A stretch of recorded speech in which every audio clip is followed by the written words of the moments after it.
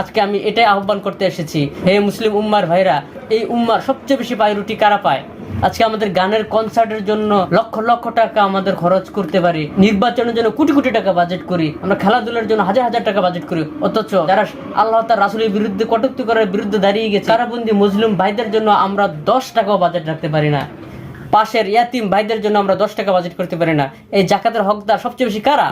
এই উম্মার জন্য যারা অগ্র সৈনিক, তারাই তো সবচেয়ে বেশি হকদার। এই মুসলিম ভাইরা, আমরা আহ্বান করতেছি, আপনারা জাকাতের কিছু অংশ এই মুসলিম ভাইদের জন্য খরচ করেন। নিরপরাধ ভাবে বন্দী হয়ে আছেন কারাগারে, তাদেরকে মুক্তি করার জন্য, তাদের মামলা লড়ার জন্য ইনশাল্লাহ আমরা কিছু টাকা খরচ করি।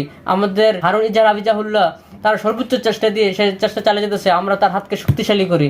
আল্লাহ সাক্ষী থাকবে যে আমরা আমাদের সর্বোচ্চ জীবন এবং মালকে আমরা ঝুঁকিতে ফেলে আমরা এই মুসলিম উম্মার জন্য, তাদের মুক্তির জন্য আমরা সময় ব্যয় করেছি, আমরা শ্রম দিয়েছি। এই ভালো উদ্যোগে আপনারা শরীক হন।